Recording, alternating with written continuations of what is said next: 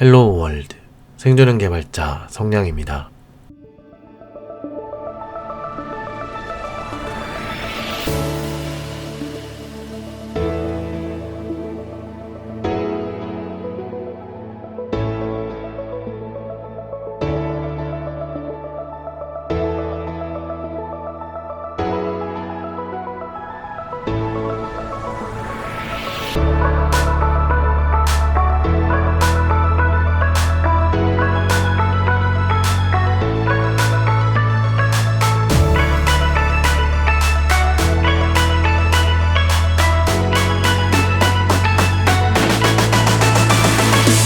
반갑습니다. 성량의 불친절한 코딩 이야기 30회 방송입니다.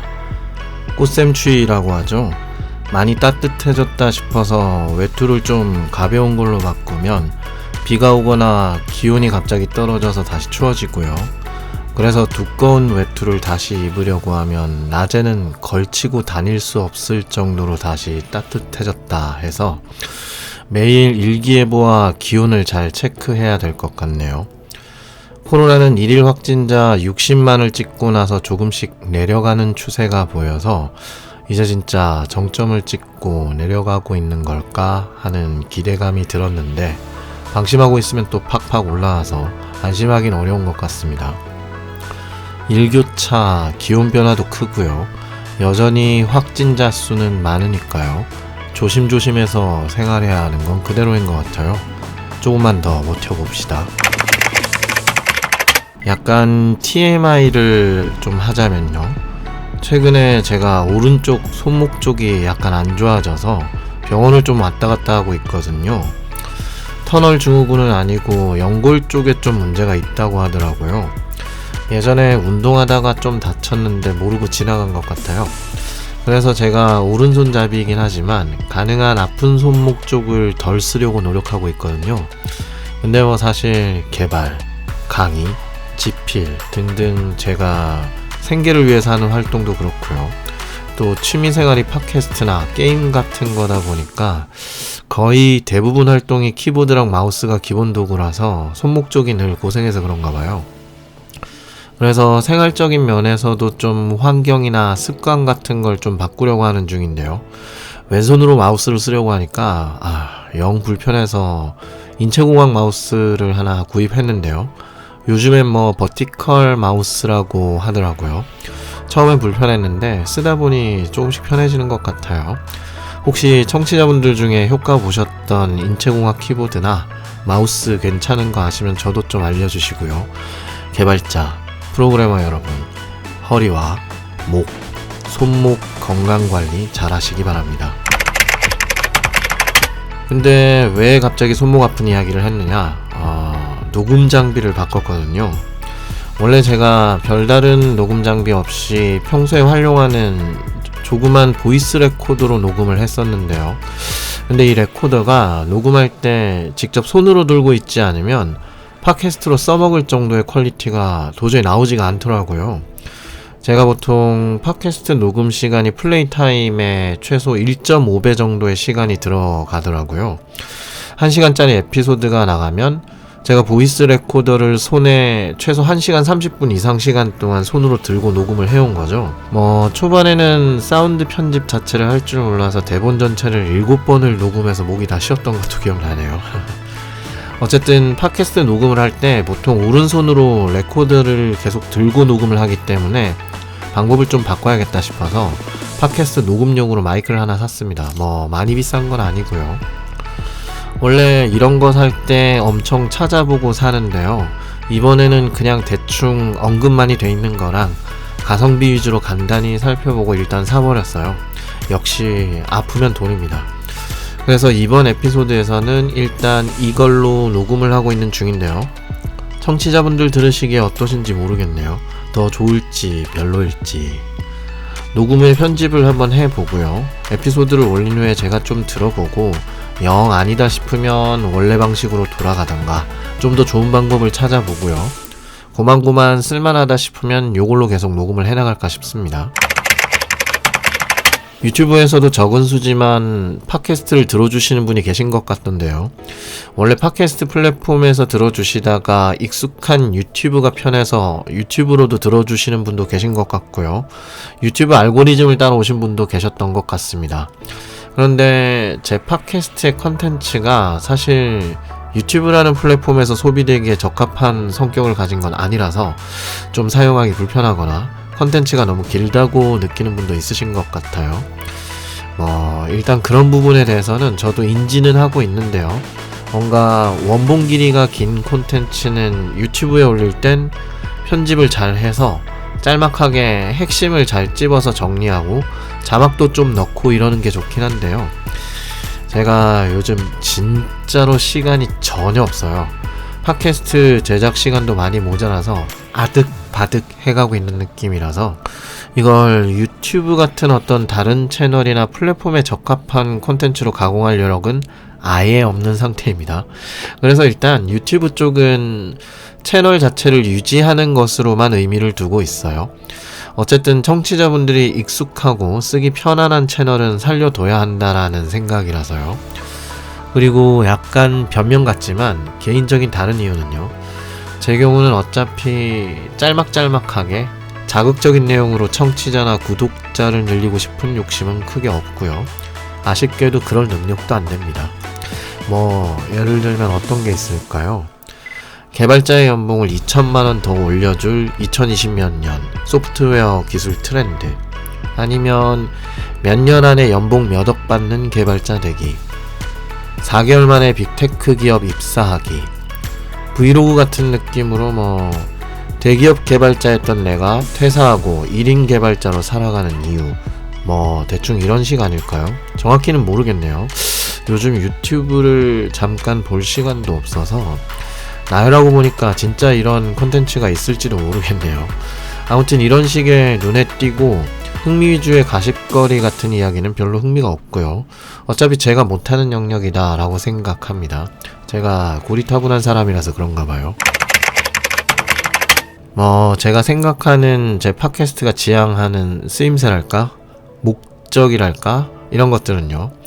원래 제가 예전부터 팟캐스트를 듣던 그 상황 그대로에 활용할 수 있는 콘텐츠를 목표로 하고 있습니다. 예를 들면 아침에 출근하기 위해 샤워하고 옷 입고 준비하는 시간, 출퇴근 시간에 사람들로 꽉 찬 지하철이나 버스로 이동할 때 영상을 보거나, 게임하는 건 싫지만 굳이 손가락이나 눈을 쓰지 않아도 되는 뭐라도 들을 만한 게 있으면 좋겠다 싶은 그 시간이나, 아니면 점심시간에 산책 시간도 좋고요. 토익 프로젝트나 개인적인 개발 공부 중간중간에 쉬는 시간, 아니면 퇴근 후에 설거지나 빨래 널면서 잠자리에 들기 위한 시간 등 제가 실제로 팟캐스트를 듣던 그 상황에 활용할 수 있는 콘텐츠가 되었으면 좋겠다 하고 생각해요. 짜투리 시간에 가볍게 들을 수 있으면서 개발자, 프로그래머를 준비하는 분이시거나 실무에 계신 분들이 건질 만한 거, 아니면 생각해 볼 만한 것들이나 과거에 개발 공부하던 시절을 떠올려 볼 수 있는 것 등을 하나씩 던져드릴 수 있는 느낌이라면 아직까지 충분하다라고 생각합니다. 일단은 제가 혼자 떠드는 콘텐츠긴 하지만요. 같이 차나 술을 한잔 하면서 이 업계에 계시거나 관심 있는 사람들이라면 나눠볼 수 있는 이야기를 수다와 진지함의 사이에서 진행해 나가는 타임킬링용 콘텐츠 정도면 일단 만족합니다. 유튜브나 틱톡 같은 영상 기반 플랫폼과 팟캐스트 같은 오디오 기반 플랫폼은 쓰임새나 컨텐츠 소비 방식이 약간 다르니까요. 각자 상황이나 가치관, 필요에 맞게 컨텐츠를 선택해 나가시면 될 것 같다고 생각합니다. 어차피 코딩, 개발, 프로그래밍이 비교적 핫한 분야가 되면서 양질의 컨텐츠건 흥미 위주의 컨텐츠건 골라보거나 들을 게 많은 시대니까요. 저는 아마 결국 그냥 제 방식대로 지금과 크게 다르지 않은 방식으로 계속 진행해 나가지 않을까 싶네요. 컨텐츠 자체를 아예 다른 걸 또 하게 된다면 모르겠지만 지금은 현상 유지로도 벅차서 못할 겁니다.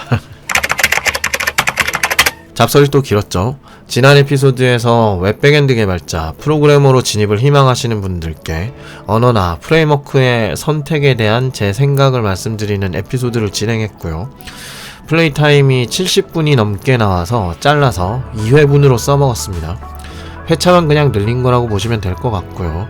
이번 에피소드에서는 그 전에 진행하고 있었던 개발자 신입 초봉 8천만원 시대, 그리고 알파코드의 등장에 대한 이야기 중에서요, 알파코드와 같은 인공지능 코딩 머신이 미래의 개발자 직군을 대체할 수 있을까와 관련된 이야기를 계속 진행하려고 합니다. 이미 에피소드 회차를 많이 하려 해서 장편 시리즈처럼 돼버려서 점점 에피소드 내용이 길어지고 있긴 한데요. 일단 이 토픽은 제가 관심을 많이 가지고 있는 내용이라서 이야기하고 싶은 만큼 계속 진행을 하긴 할 건데요. 바로 앞 에피소드처럼 뭔가 같이 생각해볼 만하거나 이야기해볼 만한 내용의 문의나 의견을 주시면 또 잠깐 멈춰서 다른 토픽으로 에피소드를 제작해서 진행할 테니까요. 참고해 주시기 바랍니다. 생존형 개발자 성량의 불친절한 코딩 이야기는 애플 팟캐스트, 구글 팟캐스트, 오디오 클립, 팟빵, 팟티, 그리고 유튜브에서 제공되고 있습니다. 방송과 관련된 의견과 질문은 방송 플랫폼별 댓글 혹은 방송 소개에 명시된 이메일이나 트위터를 통해 보내주시면 감사하겠습니다.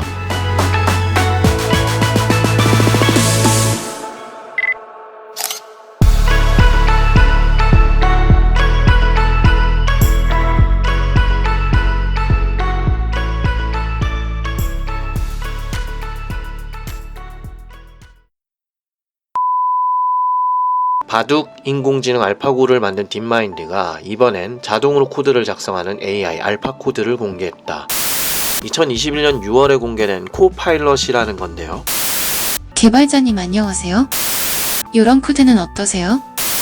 알파코드와 같은 코딩 인공지능이 출연한 지금 생각해볼 만하다 싶은 내용들을 또 제 개인적인 느낌으로 분류해보겠습니다. 첫 번째, 먼저 비용적인 측면에서 한번 생각을 해보려고 합니다. 기술적으로 도달하는 게 시간 문제지 인간 프로그래머나 개발자를 대체하는 데 필요한 기계와 인간과의 비용 비교는 제가 봤을 땐 크게 문제가 안 될 것 같습니다. 인공지능으로 현재 프로그래머나 개발자를 대체 가능하다라는 이야기예요.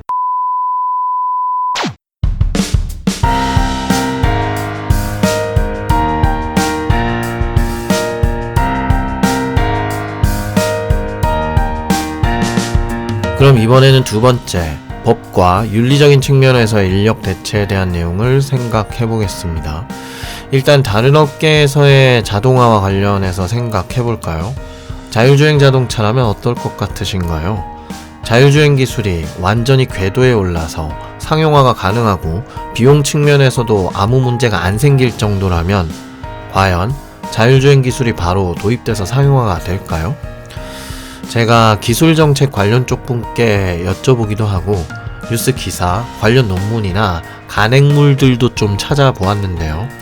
어떤 기술이 인간을 대체할 수 있는 수준에 이르렀을 때 그 기술로 실제 그 직업군에 종사하고 있는 인력을 대체하는 것의 실현 가능 여부는 각 나라의 문화나 윤리적인 가치관을 비롯해서 당연히 기존 법에 영향을 많이 받는다고 합니다. 사회 구성원이 한 번도 겪어본 적 없는 기술이 사회에서 자리를 잡으려고 하기 때문에 많은 이해관계를 비롯한 가치관들과 기존 정책들이 충돌한다고 해요. 물론 당연하지만 해외 사례를 보고 참고도 많이 한다고 합니다. 자율주행 자동차가 신호와 도로, 차선, 인도, 건물, 물건, 동물 등 여러가지 오브젝트에 대한 인식과 사람의 인식을 사람보다 더 명확하게 인식할 수 있게 되고 사람이 직접 운전하는 것보다 더 안전해질 정도로 기술력이 올라온다고 해도 그 기술로 운전하는 사람을 실제로 대체하는 것에는 많은 의논과 사회 구성원들의 동의나 합의가 필요하다라는 건데요. 실제 인공지능 관련 수업이나 인터넷에서도 많이 볼 수 있는 이야기지만 예를 들어서 자율주행 중인 버스가 운행 중에 어떤 사고를 방지하기 위해서 방향을 틀어야 하는 상황인데 왼쪽이든 오른쪽이든 어느 쪽으로 꺾어서 피한다 해도 사람을 칠 수 있다면 5명이 있는 곳으로 꺾을지 1명이 있는 곳으로 꺾을지 어떻게 정할 수 있을까요? 단순히 사람 인원수만 따진다면 1명이 있는 곳으로 꺾어야 하는 걸까요? 그 1명 쪽이 나라에 굉장히 중요한 사람이라면 어떻게 할까요? 혹은 그 한 명이 임산부라면요? 아니면 5명 쪽이 어린아이들이라면요? 그냥 아무 방향으로도 피하지 않는다면 버스에 있는 모든 사람이 죽을 수도 있다면요? 그리고 실제 인명피해나 재산피해가 발생했을 때 그 피해의 책임은 누구에게 물을 수 있을까요? 자동차를 만든 쪽? 혹은 부품을 만든 쪽? 인공지능 소프트웨어 회사? 버스 회사? 아니면 자율주행을 승인해준 정부? 사고 당시에 있던 사람들? 책임을 묻게 된다면 100%로 할 건지, 누구랑 누구에게 어떤 공식을 적용해서 어떻게 나눌 건지, 이런 것들에 대해 많은 논의가 필요하다는 겁니다. 물론 사람의 직업을 없앨 수도 있는 인공지능 기술을 통한 인력 대체는 어느 업계가 됐건 상관없이 기본적으로 이슈가 되고 문제가 되겠지만요. 이런 부분에서 좀 생각해봐야 할 점은 인공지능과 같은 어떤 기술로 인력을 대체하는 문제는 어느 업계에 있는 사람이 대상이냐, 무슨 업종이냐에 따라 필요한 합의 수준이나 사회 구성원이 취하는 스탠스, 그러니까 공개적인 태도가 달라진다는 겁니다. 무슨 말이냐면요. 사람들은 돈을 많이 번다라는 인식이 있는 직업군이 그 업계의 부조리함이나 나쁜 근로 환경에 대해 이야기하는 것에는 관심을 주지 않습니다. 왜냐하면 돈도 많이 버는 것들이 그런다 식의 나쁜 인식이 깔려있는 경우가 많기 때문이에요. 예를 들어서 이야기해 볼게요. 자율주행 자동차가 완전히 도입되는 상황에 직면한 상태를 가정해 보겠습니다. 만약에 어떤 부부가 있고 남편이 원래 트럭 기사였는데 몸이 정말 안 좋아져서 트럭 기사를 할 수 없는 수준으로 건강에 문제가 생겼고, 이 상태에서 아내가 트럭 기사 업무를 이어받아서 남편을 트럭에 태워서 병 간호를 하며 거의 하루 종일 트럭 운전을 하는 이야기가 있다고 쳐요. 이 부부 트럭 기사를 인공지능 자율주행 머신으로 대체하게 된다면 직업이 없어질 위기에 처한다고 기사나 뉴스에서 나왔다고 생각해 볼게요. 꼭 이런 다큐멘터리에 나올 법한 일이 아니더라도 수많은 트럭기사, 버스기사, 택시기사분들의 직업의 존재가 흔들리는 자율주행 기술이 실질적으로 도입되는 것이 코앞에 다가온 시대라면 많은 사람들이 이런 인력 대체에 대해 많은 생각을 하게 될 겁니다. 그런데 인공지능 머신으로 인해서 기술이 대체하는 인간 대상이 의사가 되면 어떻게 될까요? 여러가지 의료적인 실질적인 문제의 소지가 있고 위험도가 있어서 의사 집단에서 반대가 일어나도 지금 현재 한국 상황이라면 분명히 그런 이야기 나올 겁니다. 돈도 많이 벌면서 밥그릇 챙기려고 그러는 거다. 이미 과거에 계속 나오던 이야기 아닌가요? 지금도 나오고 있잖아요. 한국은 의사분들 힘이 굉장히 약한 나라라고들 하죠. 하지만 살인적인 노동 강도와 열악한 근무 환경에 대해서 목소리를 내려고 하면 대부분 똑같은 이야기를 합니다. 돈도 많이 버는 것들이. 야, 내가 그 정도로 돈 벌면 뭐든 하겠다. 이런 이야기 말이죠. 저번에도 한번 이야기했지만 돈을 그만큼 주니까 그렇게 일하는 게 아니라요. 그 돈을 받을 수 있을 정도 수준의, 뼈를 깎는 수준의 긴 기간 동안 연말을 해온 전문 인력이기 때문에 그 정도 돈은 당연히 지불되어야 하는 거고요. 실제로 그렇게 돈 벌지 못하는 세월도 길죠. 전문의가 돼야, 혹은 개원해서 병원이 잘 벌어야 되는 일이죠. 사람들은 늘 베스트 케이스만 보니까요. 돈을 많이 받는 사람이면 불합리함을 이야기하면 안 되는 건가? 무조건 참고 입 닫고 있어야 하는 건가? 라는 생각이 듭니다. 웹툰의 넷과 박 원장이 딱 현실인 거예요. 무조건 돈 잘 버는 것도 아니고 감내하고 있는 게 이미 많은데, 똑같이 인공지능 머신으로 인해 직업의 위협이 되어도, 혹은 벌이수단의 위해를 가하는 수준이 되어도 기존 직업관에 대한 인식에 따라 사람들이 대하는 온도는 달라질 수 있다는 거예요. 이번 시리즈의 앞서 다룬 에피소드들에서 신입 초봉 8천만원이라는 환상이 그래서 문제가 되는 거예요. 보나마나 아닙니까? 실제로 그렇게 돈을 받는 사람이 얼마나 된다고. 거의 없는 수준인데 대다수가 2천만원 언저리에서 시작해서 죽어라 이래서 경쟁에서 살아남아서 꼼질꼼질 연봉을 올리는 똑같은 월급쟁이인 건데요. 개발자 돈 많이 받는다, 대우 좋다 같은 진짜 몇몇의 사례가 업계 전체를 대표하는 것처럼 사람들에게 인식되는 순간 볼장 다 보는 거죠. 개발자? 너희는 돈 많이 벌잖아. 너희는 좋은 대우 받잖아. 그러니까 입 다물어라. 식의 수순이 되는 건 아닐까 하는 생각이 든다라는 거죠.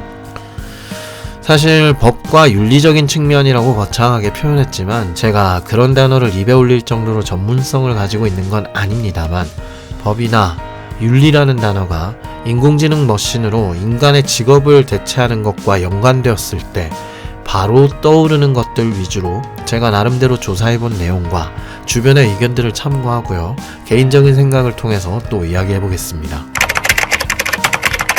그럼 법과 윤리라는 단어를 떠올렸을 때 인공지능 기술로 인력을 대체하는 것을 막을 수 있을까에 대한 생각을 해볼게요.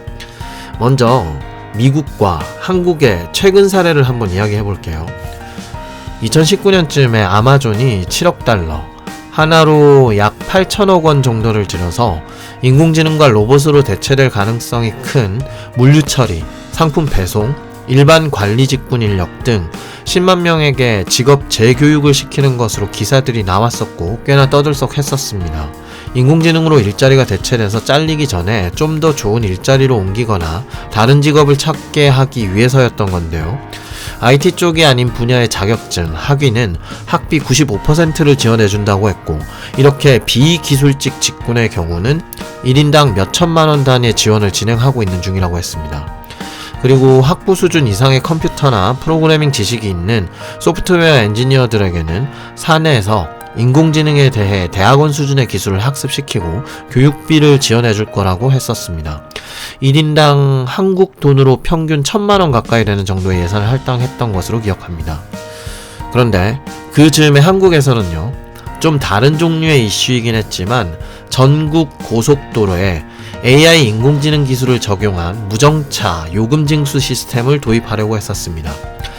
하이패스랑 비슷한 거 아닌가 싶기도 했는데요. 아무튼 고속도로 톨게이트에 요금 받는 분들을 다 인공지능 머신으로 대체하겠다라는 거였나봐요. 이미 하이패스 도입 이후로 반도 안 남았던 걸로 알고 있는데, 근데 이때 한국도로공사에서 기존에 요금을 받고 계시던 6,000에서 7,000명 정도 되시는 요금 수납원 분들 쪽은 아무 대책이나 교육도 없이 돈벌이 할 곳을 잃고 나은 게 생겼으니까요, 파업했다라고 합니다.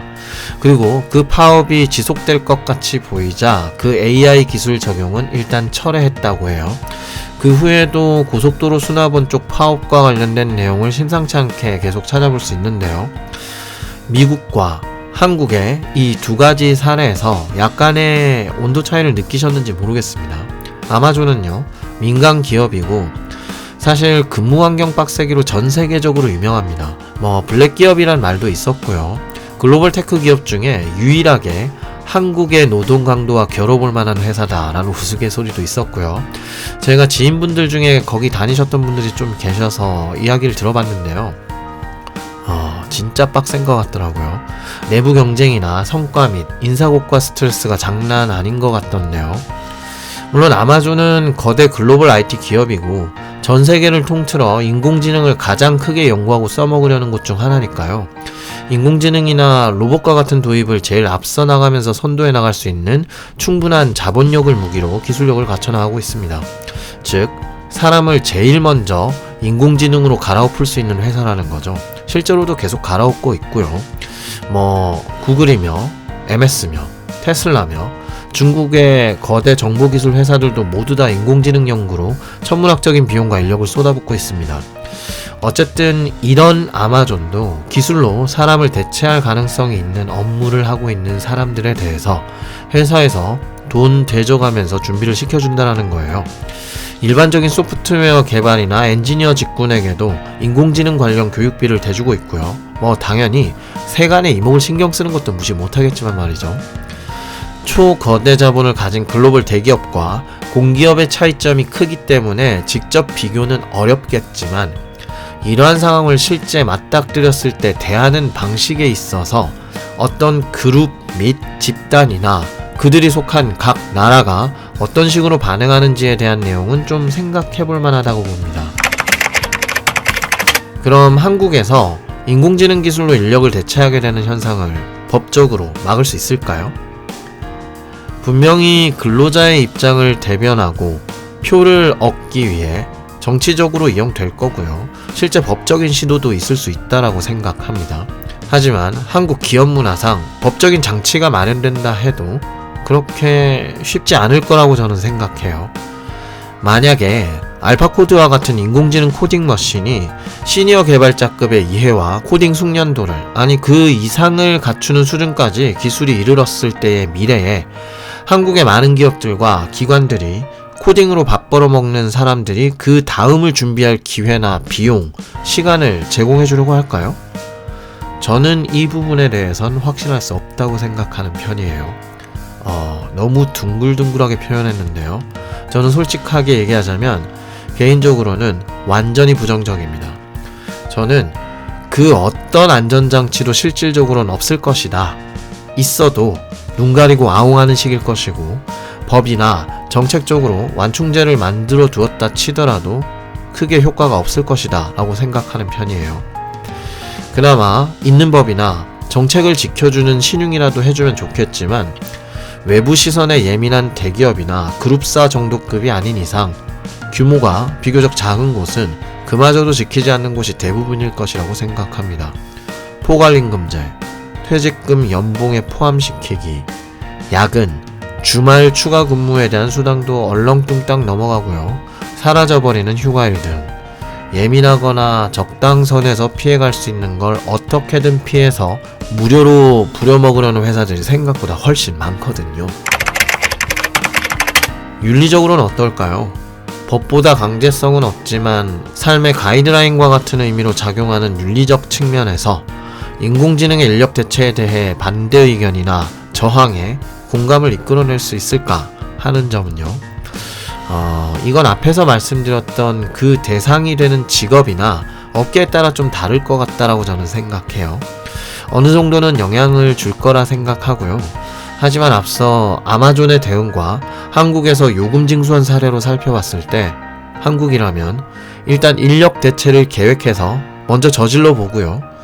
그걸로 피해보는 사람들이 모여서 안 된다, 파업할 거야 라고 치고 들어오면 철회하던가 우회하지 않을까 싶네요. 만약에 그냥 잠잠하다면 분명히 그냥 그대로 추진할 것 같다라는 생각이 듭니다. 인공지능으로 인력을 대체하는 그 흐름을 한국에서라면 법적인 측면이나 윤리적인 측면에서 자연스럽게 사람 편을 들어주는 건 기대하기 어렵다라고 저는 생각해요. 좀 딴 얘기지만요. 인공지능의 인력에 대한 대체는 인권과도 밀접한 관련이 있고, 이에 대한 논문이나 간행물들을 찾아보면 꽤 자료가 많이 나오거든요. 그런데 안타깝게도 인공지능 쪽의 발전은 말이죠. 인권을 경시하고 국가가 국민에게 강력한 영향력을 그냥 탑다운 형태로 찍어 누르는 쪽이 인공지능의 도입과 발전에 유리하다는 의견이 많아요. 즉, 미국보다 중국이 인공지능 발전에 더 유리할 것이다 라는 이야기가 참 많이 들려옵니다. 횡단보도 신호 위반하는 사람 얼굴 다 찍어서 얼굴인식 기술을 써서요. 개인정보를 일단 다 쓸어 담은 다음에 실제 벌점이나 법적으로 직간접적인 제재를 줄 수 있는 게 실제 가능한 곳이 인공지능 기술적으로 빨리 치고 올 확률이 높다라는 거예요. 말 그대로 빅브라더인 겁니다. 한국도 그 정도로 심하게 할 수는 없겠지만 그다지 아주 밝게만 볼 순 없다라고 저는 생각해요. 그럼 이제 좀 더 구체적으로 인공지능 코딩 머신이 개발자를 대체하는 것을 막을 수 있는가에 대해서 좀 더 이야기해 보겠습니다. 지금 할 이야기는 한국의 근로문화나 어떤 정치, 정책적 방향이 기업 친화적이냐, 근로자, 노동자 친화적이냐와 같은 문제를 이야기하려는 게 아니라요. 프로그래머, 개발자 쪽은 그렇게 인공지능 머신이 자신의 밥벌이인 직업 자체를 위협하는 순간이 와도 별다른 반발이나 저항 없이 조용히 넘어가 버리지 않을까 하는 생각이 자꾸 들어요. 왜냐면 개발자, 프로그래머들은 현재 시점으로 국내로 한정했을 때요. 자신들에게 위협이 될 수도 있는 어떤 이슈가 튀어나와도 뭔가 뭉쳐서 그 상황이나 정책적인 부분에 반응하는 것을 보여준다거나 의견을 개진하는 것이 어렵겠다라는 느낌이 많이 들어서 그래요. 일단 늘 일에 치여서 살고 있기 때문에 너무 바빠서 서로 무관심한 경우가 많고요. 그리고 기술 습득하고 적용하는 것만으로도 정신이 없기 때문에 경제적인 부분이든 정치나 정책적인 부분에 신경을 쓸 겨를이 다른 직업군에 비해 좀 적은 경우도 많고요. 기술자들끼리 서로 무관심하면 그나마 다행이죠. 사용하는 언어나 영역만 달라도 내가 잘났니? 내가 하는 게 더 트렌디하니? 너의 기술은 하찮느니? 구식이니? 같은 생각이 은연중에 참 많이 돌아다닌다는 게 체감되는 경우가 심심치 않게 일어나거든요. 기계어로만 코딩하는 사람 앞에선 고수준 프로그래밍 언어를 쓰는 사람들은 말도 못 붙이는 걸까요? 모두가 OS 레벨의 코딩만 해야 하는 걸까요? 특정 프로그래밍 언어를 사용하는 사람이 다른 프로그래밍 언어를 사용하는 기술자보다 우월한 걸까요? 정말 더 중요하고 난이도나 필요한 지식이 더 많다면 그건 결국 대우, 그러니까 돈으로 이야기하면 될 뿐인데 말이죠. 개발 및 프로그래밍 영역이 너무 다양하게 세분화되어 있고 전문성을 가지기 위해선 어쩔 수 없이 내가 하는 기술에 집중해야 하고, 그러다 보면 내가 다루는 기술 외에 다른 영역의 기술에 대한 관심을 가지기 어렵게 되기 마련인데요. 또 그러다 보면 분명 소프트웨어 동종업계에서 프로그래머, 개발자, 엔지니어라는 같은 이름으로 불리고 있어도 그냥 나랑은 다른 일 하는 사람이다 식으로 무의식적으로 선이 그어져 버리는 경우가 많습니다. 그러다 보니까요, 뭔가 시대의 변화로 인해 밥벌이에 위기가 생겨도 다 같이 대응하기는 어렵지 않을까라고 저는 생각합니다. 약간 다른 얘기지만 굉장히 유명한 미국의 총기 규제 이야기들을 찾아보면요, 2021년 기사에 미국에서 총격 사건으로 사망하는 사람은 하루에 평균 54명이라는 기사가 있었거든요. 그럼 하루가 24시간이니까 나눠보면 1시간마다 2명 넘게 총격 사건으로 죽고 있는 거예요. 제 팟캐스트 에피소드가 보통 30분에서 1시간 사이를 왔다 갔다 하니까 지금 이 에피소드를 듣는 동안에도 미국에서는 총격 사건으로 1명 이상이 죽는다는 거죠.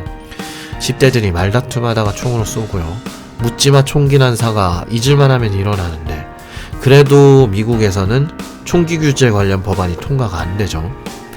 우선 미국은 개인의 총기 소지가 건국 이념과도 맞닿아 있어서 총기 소유 자체를 막는 것이 국가의 최초 건국 가치관을 흔드는 일이라서 여파가 굉장히 크고요. 또 하나, 총기 규제를 반대하는 사람들, 즉 자기 총을 안 뺏기려고 하는 사람들이 똘똘 뭉쳐있고, 뭉쳐있어서 목소리도 크고요. 선거 투표 때도 표심에 일정 영향을 준다라고 합니다. 그리고 또 하나는요, 총기 규제가 통과된다 해도 그 많은 인구의 가정마다 찾아가서 총을 회수해야 하니까 그 실행 자체도 굉장히 어려운 거죠.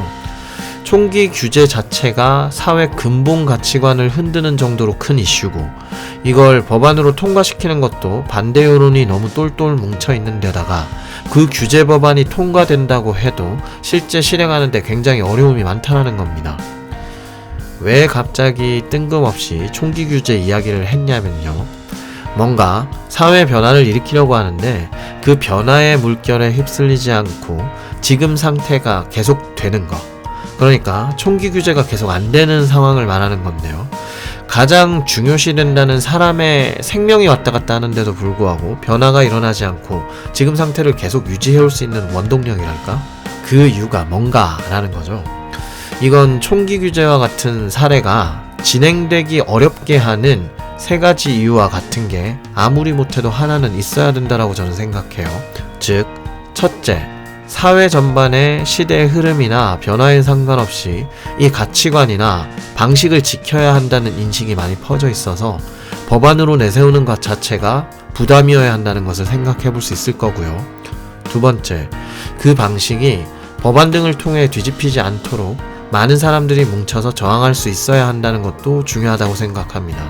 그리고 마지막 3번째는요, 법안이 통과된다고 해도 실제 그 방식을 뒤집기 위한 실행이 현실적으로 무척 어려워야 합니다. 만약에 인공지능 머신으로 프로그래머나 개발자를 대체할 수 있는 상황이 왔고, 그 상황으로 인해 개발자나 프로그래머가 자신의 밥벌이를 잃지 않으려면 그 상황을 막을 수 있는 무언가, 즉 사람 생명이 왔다 갔다 할 정도로 중요한 쟁점인 총기 규제와 같은 이슈조차도 막을 수 있는 저 3가지 중에 뭔가 하나라도 있어야 되지 않나 라는 느낌이 든다는 거죠. 첫 번째로 말씀드렸던 인력 대체에 대한 사회적 분위기가 IT 개발 업계에서도 전반적인 사람들의 동감을 불러일으킬 수 있는지에 대한 문제가 있을 텐데요. 개인 총기 소지가 미국의 건국 이념과 맞닿아 있는 것처럼 굉장히 전통적으로 많은 사람들의 뇌리에 박혀 있거나 전반적인 가치관의 뿌리와 같은 개념을 가지고 있다면 흔들기가 굉장히 어렵습니다. 그런데 소프트웨어 산업과 프로그래머, 개발자와 같은 소프트웨어 엔지니어 직군은 굉장히 젊은 업계에 속하기 때문에 개발자와 프로그래머를 인공지능으로 대체하는 법안 통과시키지 말아주세요 라고 신문고 같은 데 올려도 많은 사람들의 동감이나 동의를 이끌어내기 어려울 거라는 거죠. 애초에 프로그래머라고 하면 까만 화면에 뭔가 막 신들린 듯이 빠른 속도로 타이핑하면 갑자기 모든 보안장치를 다 해제하는 그런 매체에서나 나오는 해커의 이미지로 알고 있는 사람들이 태반인데요. 원격 진료나 인공지능 진료로 의사를 대체할 수 있다? 그건 사람의 건강과 생명이 달려있기 때문에 국민들이 관심을 가질 수밖에 없을 겁니다. 여러 운송수단의 인공지능 자동화, 택시기사, 버스기사, 트럭기사의 대체다. 이것도 매일 출퇴근하는 거, 택배 받는 것과 같은 교통과 관련되어 있으니까 사람들이 관심을 가지겠죠. 제조업과 같은 물리력이 적용되는 노동력을 제공하는 인력을 대체하겠다. 이건 사실 계속 잊을만 하면 나오는 내용이잖아요. 사람들이 원래 관심을 안 가졌다 해도 스스로 대규모로 뭉쳐서 싸우는 편이기 때문에 이 부분도 개발자 업계랑은 좀 다릅니다. 프로그래머나 개발자 혹은 그 외에 드러나지 않는 IT 관련 직군들은 다 사무직이고요. 개발 직군이 아닌 분들이 이 업계를 잘 이해한다고 기대하기 어렵고 애초에 수면 위로 잘 드러나지 않는 업종이죠. 사람들이 관심이 없어요. 오히려 돈 잘 버는 직업이다 라는 인식이 들어가면 앞서 이야기한 것처럼 목소리 내기도 전에 야, 돈 잘 벌면서 그런다 이런 이야기가 나올 확률이 높지 않을까요? 그러면 두 번째, 개발자나 프로그래머를 인공지능 머신으로 대체하려는 조짐이 보일 때 소프트웨어 관련 엔지니어들이 뭉쳐서 큰 소리를 낼 수 있어야 한다는 건 어떨까요? 앞서 말씀드렸듯이 코딩을 하는 사람들은 사용 기술이 다르거나 영역이 다르면 알게 모르게 거리감이 생기는 경우가 많고요. 비교적 개인적인 성향을 가진 분들이 많기 때문에 IT 소프트웨어 엔지니어라는 어떤 통합된 형태의 목소리를 내기가 어려워 보여요. 아마 현재 신입이시거나 주니어 개발자분들이라면 잘 모르실 수도 있지만요. 그리 오래되지 않은 과거에 프로그래머, 개발자의 처우 문제나 건강 문제, 그리고 근로환경 문제로 소송이 비교적 크게 일어난 적이 몇 번 있었거든요. 그러면서 업계의 부조리함, 소프트웨어 엔지니어의 열악하다 못해 생명이 위협될 정도의 하드코어한 근로환경, 이런 것들에 대한 이야기가 꽤나 주의를 끌만한 수준으로 이슈가 된 적도 있었습니다.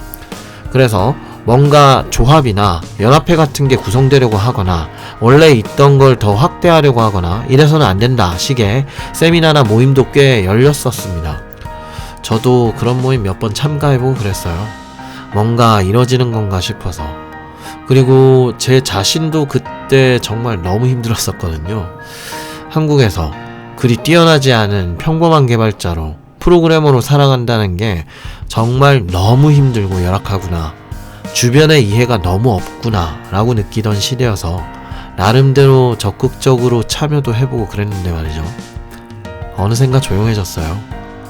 생겼던 것들의 활동도 없어지다시피 하고요.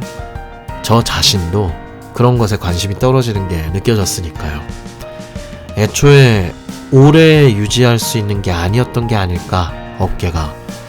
이렇게 업계에서 생존하기 위한 노력만으로도 진이 다 빠지는 업계인데 진짜 어렵겠구나 싶었죠.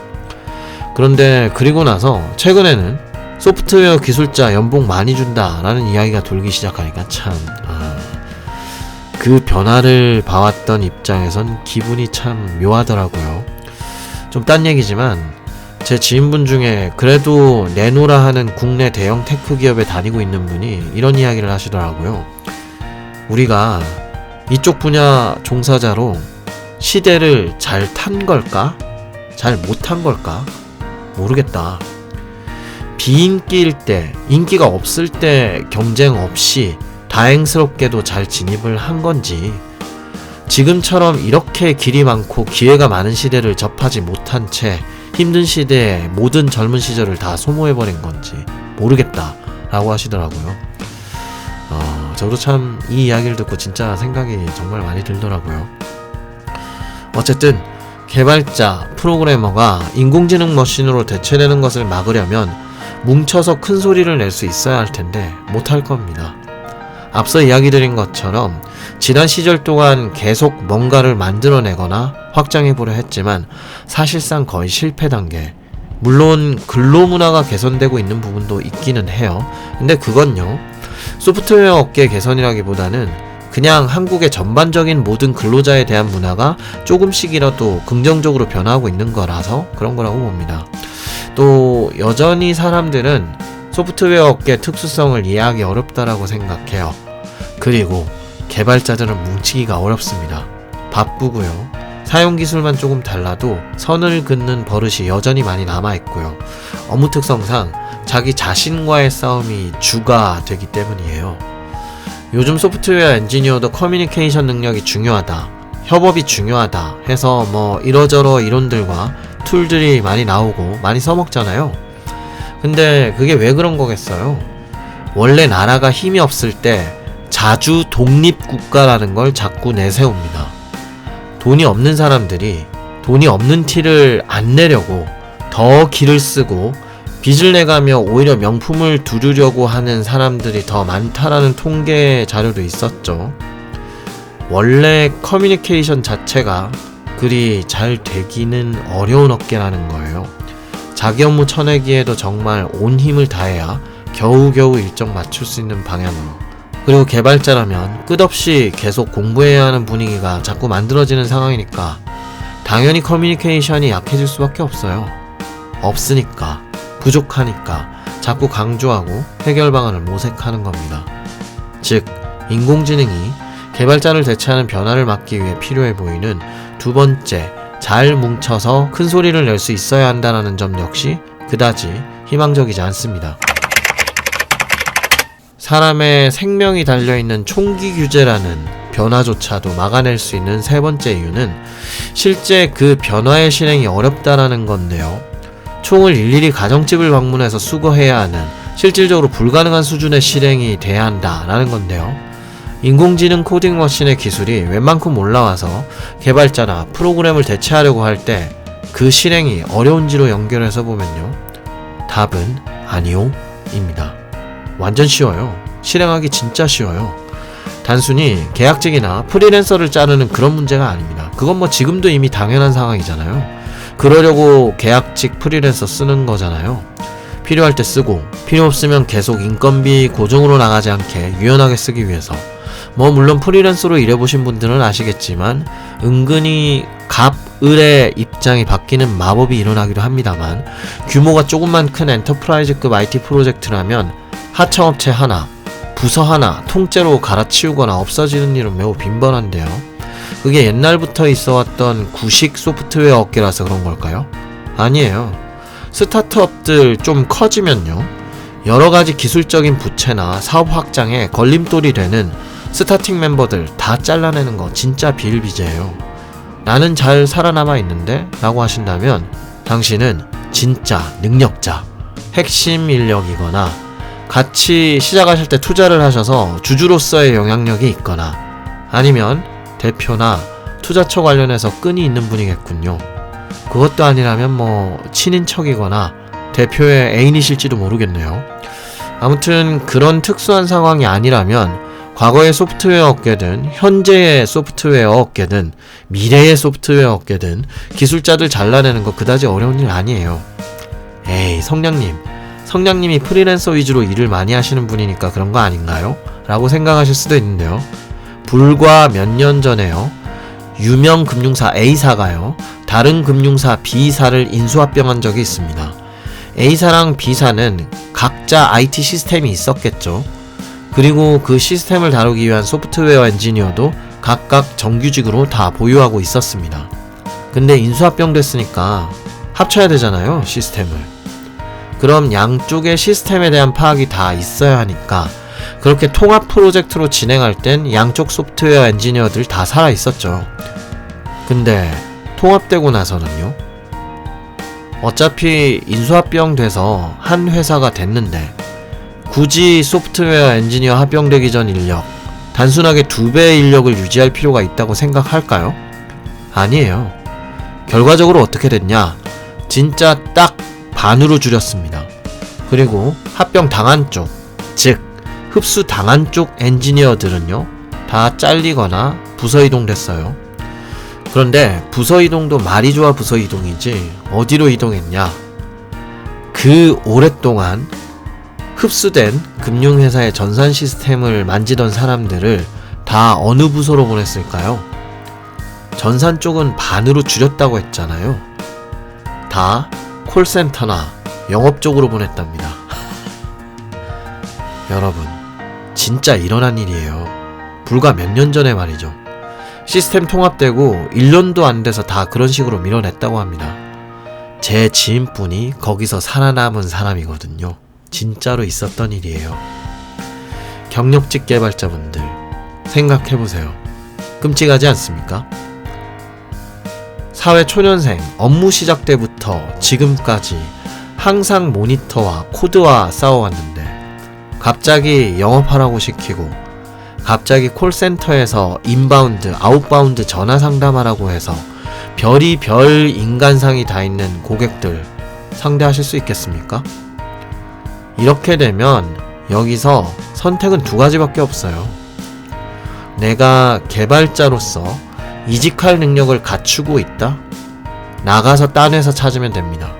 아니면요, 내가 엔지니어로 있었지만 말 그대로 고인물이라서 다른데 이직할 정도의 기술력이 없다.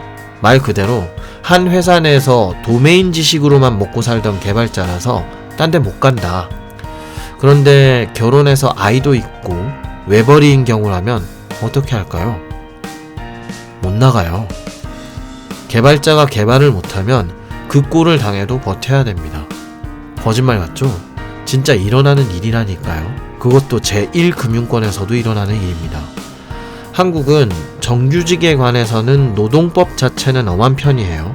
잘 해놓은 편이라고 봐요. 막 자를 수 없어요. 그런데 회사들은 그걸 너무 잘 알고 있거든요.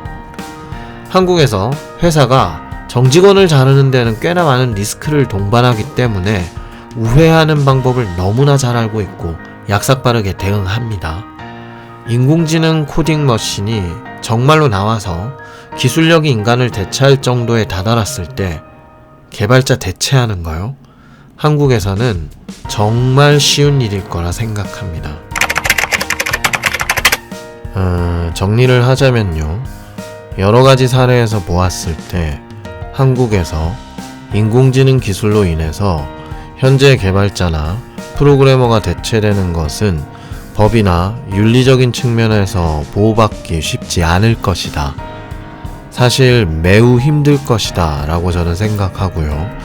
그런 변화를 막고 현재 상태를 유지하려면 사회적인 인식의 공감대가 크게 작용할 수 있는 영역이거나 이 업계의 사람들이 잘 뭉쳐서 하나의 소리를 낼 수 있거나 아니면 그런 변화를 실제 실행하는 것이 어렵다거나 하는 걸림돌이 하나라도 있어야 할 텐데 아무것도 없다고 봐요. 이 3가지 모두 개발자, 프로그래머 업계에서는 유리한 게 하나도 없어요. 그냥 이제 막 돈 엄청 잘 버는 좋은 업계네 라는 과장된 헛소문이 퍼지기 시작했기 때문에 동정표를 받기도 점점 어려워질 거고요. 애초에 소프트웨어 업계 사람들이 뭉쳐서 같이 하나의 소리를 내는 것도 굉장히 어렵고 계속 실패해왔기 때문에 앞으로도 기대하기 어렵다고 봅니다.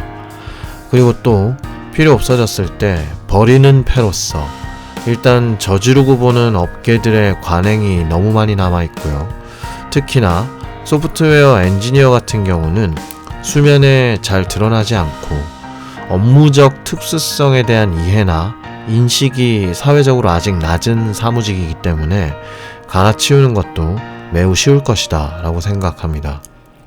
즉, 인공지능 코딩 머신이 사람의 코딩 능력을 상회할 정도의, 아니 따라붙을 정도만 되어도 한국에서의 개발자나 프로그래머는 아무런 준비나 완충제 없이 대체될 확률이 높다라고 저는 생각합니다.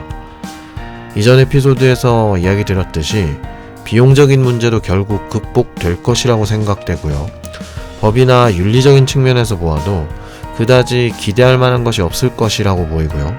이런 직업의 상실을 막기 위한 무기로서 작용될 만한 것도 개발업계에서는 별로 없어 보입니다. 물론 제가 너무나 최악의 상황만을 가정하고 있는 것 같다라는 생각도 들긴 한데요. 제가 직접 겪어왔거나 주변 건너에서의 이야기들을 실제로 듣다 보면요,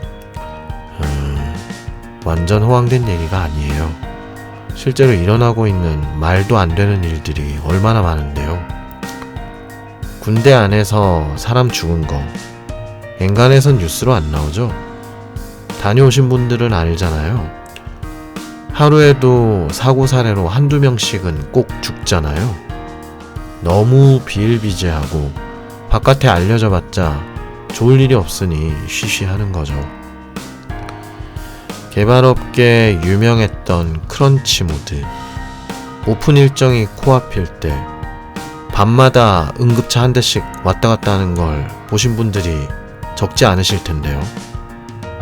돌아가신 분도 생각보다 많아요.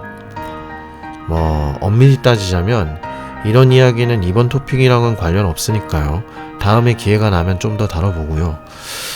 그럼 이러저러한 면을 보았을 때 인공지능 코딩 머신이 현재 개발자나 프로그래머를 대체할 수 있다라고 저는 생각하는 상태인데요. 그럼 앞으로 개발자나 프로그래머에게 어떤 변화가 올지 생각해보고요. 이러한 변화가 급속도로 일어나고 있는 시대에 우리는 어떻게 해야 되는 걸까? 라는 부분에 대해서 다음 에피소드에서 더 이야기해보겠습니다. 다소 지루하셨을 내용도 많았는데요. 긴 이야기 들어주셔서 감사하고요. 의견이나 질문 같은 거 댓글이나 메일, 트위터로 보내주시면 감사하겠습니다. 다음 에피소드에서 또 인사드리겠습니다. 성량의 불친절한 코딩 이야기였습니다.